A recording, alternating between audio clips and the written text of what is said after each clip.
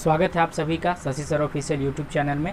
Start करते हैं आज का क्लास। इससे पहले हम लोग सूरदास के जो पद थे दोनों पदों का भावार्थ पढ़ लिया था। जो बच्चे नहीं पढ़े हैं प्लेलिस्ट में जाकर उसको आप पढ़ सकते हैं। आज हम लोग देखेंगे सूरदास के पदों से रिलेटेड महत्वपूर्ण ऑब्जेक्टिव्स, और जो भी ऑब्जेक्टिव्स आपको यहाँ सामने दिखाई दे रहे हैं इसमें बहुत सारे ऑब्जेक्टिव्स जो है पिछली परीक्षाओं में पूछे जा चुके हैं।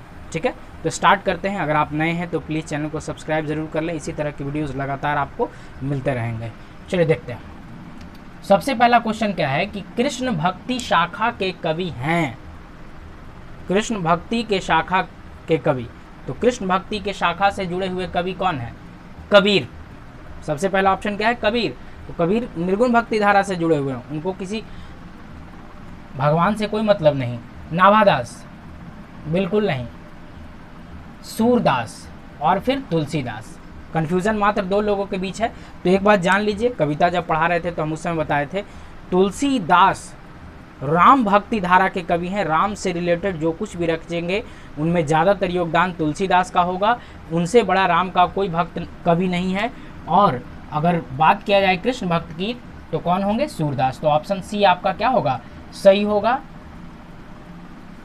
सेकंड क्वेश्चन क्या है कि सूर की रचना कौन सी है?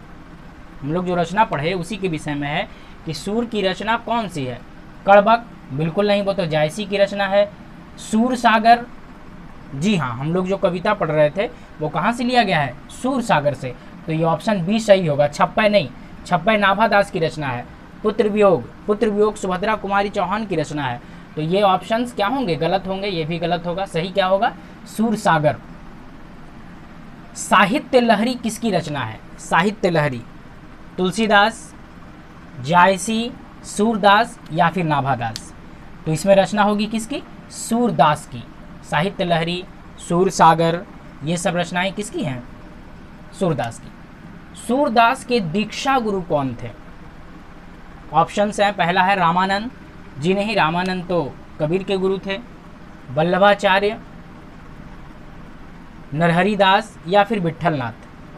तो इसमें ऑप्शंस आप देखिए कहाँ कहाँ क्या गलती है। नरहरि दास तुलसीदास से जुड़े होंगे, विट्ठलनाथ का संबंध रसखान से होगा। तो ऑप्शन सही होगा कौन? वल्लभाचार्य। सूरदास किस भाषा के प्रसिद्ध कवि हैं? जो हम लोग कविता पढ़े थे वो भी सेम उसी भाषा में थी। ब्रज, अवधी, खड़ी बोली या फिर मैथिली। तो ऑप्शन आपका सही होगा ए, ब्रज भाषा। क्योंकि कृष्ण से रिलेटेड कोई भी कवि होंगे, एक बात ध्यान रखिए, कृष्ण से रिलेटेड कोई भी कवि होंगे तो निश्चित तौर पर आप आंख मूंद के भी लगाइए ब्रज भाषा, तो आपका सही होने का बहुत चांस बनता है। ठीक है, कृष्ण से जुड़े हुए जितने भी कवि हैं ज़्यादातर की भाषा क्या है? ब्रज भाषा।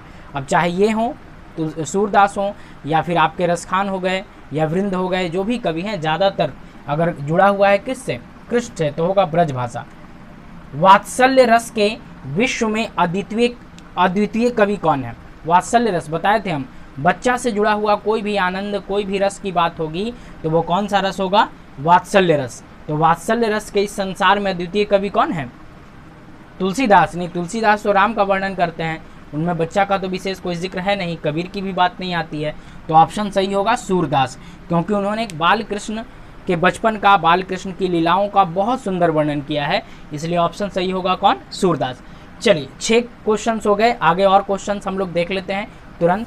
चलिए कुछ और महत्वपूर्ण ऑब्जेक्टिव्स को देख लेते हैं। अगला क्वेश्चन क्या है कि सूरदास किस धारा के कवि हैं? देखिए क्वेश्चन घुमा घुमा के ही पूछ सकता है। ठीक है, किस धारा के कवि हैं? तो रामाश्रयी, बताया था रामाश्रयी कवि कौन है? तुलसीदास। ये होगा नहीं ऑप्शन। कृष्णाश्रयी, हाँ बी ऑप्शन सही है। कृष्ण पर वे आश्रित रहते थे, कृष्ण के ऊपर ही कविता लिखते थे। अगला क्या है? पहले पद में कृष्ण को किसकी सूचना दी जा रही है? कवि कह रहे हैं, क्वेश्चन पूछ रहा है कि किसकी सूचना दी जा रही है। तो याद कीजिए जब हम पढ़ा रहे थे तो उस समय किसकी सूचना दी जा रही थी? शाम की? बिल्कुल नहीं, शाम का तो कोई बात था नहीं। रात्रि का भी जिक्र था नहीं, दोपहर का भी बात थी नहीं। किसकी जिक्र थी? भोर का जिक्र था, है ना। जागिए ब्रजराज कुंवर कमल कुसुम फूले, जागिए ब्रजराज कुंवर कमल फूल खिल गए हैं। सुबह होने का संकेत दिया जा रहा है, यानी भोर का बात किया जा रहा है। सूरदास हिंदी साहित्य के किस काल के कवि हैं? सबसे पहला ऑप्शन कौन सा काल? आधुनिक काल। जी आधुनिक काल के तो हो नहीं सकते, अभी जिंदा रहते। भक्ति काल, रीति काल, छायावादी काल। ठीक है, तो ऑप्शन ये दो में कन्फ्यूज़न है। ठीक है, कन्फ्यूज़न भक्ति काल और रीति काल। छायावादी भी नहीं होगा, ये भी आधुनिक काल के ही कवियों का एक काल है। तो कन्फ्यूज़न रीति काल और भक्ति काल के बीच होता है। दोनों का मतलब समझ लीजिए, आपको स्पष्ट हो जाएगा। रीतिकालीन कवि उन कवियों को कहते हैं जिनकी कविताओं का विषय होता है श्रृंगार इत्यादि की बात करते हैं, रूप सौंदर्य की बात करते हैं, तो उन कवियों को कहा जाता है रीतिकालीन कवि। और जिनकी कविताओं में ईश्वर की भक्ति भजन इत्यादि का जिक्र होता है तो वो होंगे कौन काल? भक्ति काल। तो इस हिसाब से ये कौन है? भक्ति काल के कवि हैं। तुलसीदास भी भक्ति काल के ही होंगे। चलिए, कृष्ण कहाँ बैठकर भोजन कर रहे हैं? ठीक है, कविता को याद कीजिए। यशोदा की गोद में, यमुना के किनारे, नंद की गोद में, या फिर कदम के पेड़ पर। कविता की पहली ही पंक्ति थी कि जेवत श्याम नंद की कन्या। श्याम जो है नंद की गोद में बैठकर भोजन कर रहे हैं। तो आपका ऑप्शन सी क्या होगा? सही होगा। सूरदास को किस चीज़ की भूख है? कविता के अनुसार जवाब देना है। सूरदास को किस चीज़ की भूख है? प्रेम की, इसमें प्रेम का कोई जिक्र नहीं है कविता में। भक्ति की, भक्ति का भी जिक्र नहीं है। कृष्ण के जूठन की, अंतिम पंक्ति याद कीजिए कि भोजन करी नंद अचमन लीन हो, मांगत सूर जुठनिया। भोजन कराने के बाद नंद बाबा जब अचमन कराते हैं तो सूरदास उनसे क्या मांगते हैं? जूठा मांगते हैं। तो इस हिसाब से ऑप्शन कौन सही होगा? सी। कविता की एक एक पंक्ति को अगर आप ध्यान में रखते हैं तो बहुत सारे ऑब्जेक्टिव्स बन जाते हैं वहाँ से। सूर सागर की भाषा क्या है? अवधि। आपको बताए थे कृष्ण से जुड़ा हुआ जो भी कवि। और जहाँ तक सूर सागर का सवाल है तो जो हम लोग पद पढ़ रहे थे वो किससे है? सूर सागर से लिया गया है। तो जब पद सूर सागर का लिया गया है और उसकी भाषा ब्रज है तो पूरे ग्रंथ की भाषा क्या होगी? ब्रज। तो इस हिसाब से ऑप्शन कौन सही होगा? ऑप्शन नंबर बी सही होगा। चलिए कुछ और ऑब्जेक्टिव्स देख लेते हैं हम लोग। चलिए कुछ और इम्पोर्टेंट्स ऑब्जेक्टिव्स क्या कह रहे हैं। सूर के पदों में कौन सा रस? आपको पहले ही बता चुके हैं सूर के पदों में कौन सा रस। ऑप्शन देख लेते हैं। भक्ति रस नहीं, भक्ति का तो यहाँ कोई बात हो नहीं रहा है। हास्य नहीं, हंसी मजाक की कोई बात है नहीं। रौद्र, रौद्र का मतलब होता है भयानक या कोई डरावना स्थिति होता है, उसको रौद्र कहते हैं।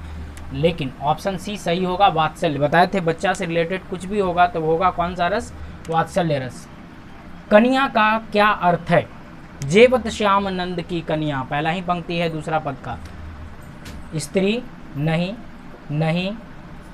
ऑप्शन क्या सही होगा? गोद। किसकी गोद में खा रहे हैं? नंद की गोद में। तो यहाँ कन्या का अर्थ क्या होगा? गोद। भगवान श्री कृष्ण किस कवि के पूज्य थे? कौन से ऐसे कवि हैं जिसके पूज्य थे भगवान श्री कृष्ण? ऑप्शन पहला ही सही है, सूरदास। ठीक है, तुलसीदास के पूज्य कौन थे? राम थे। जायसी, जायसी तो सूफी कवि हैं।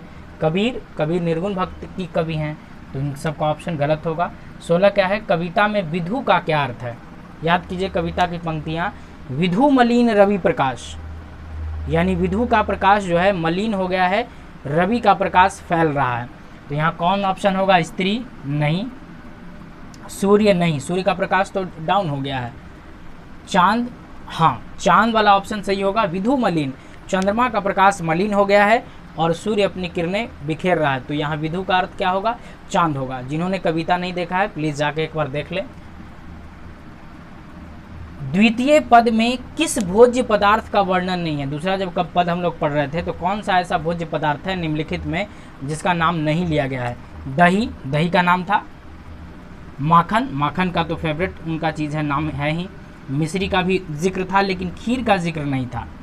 नहीं, एक पंक्ति थी कि माखन मिश्री दधी मिश्रित करी, मुख नावत छवि दनिया। तो माखन था, मिश्री था, दही था, लेकिन खीर नहीं था। तो ये ऑप्शन सही होगा, खीर। ठीक है, मिलते हैं फिर नेक्स्ट वीडियो में। तब तक के लिए सबको जय हिंद।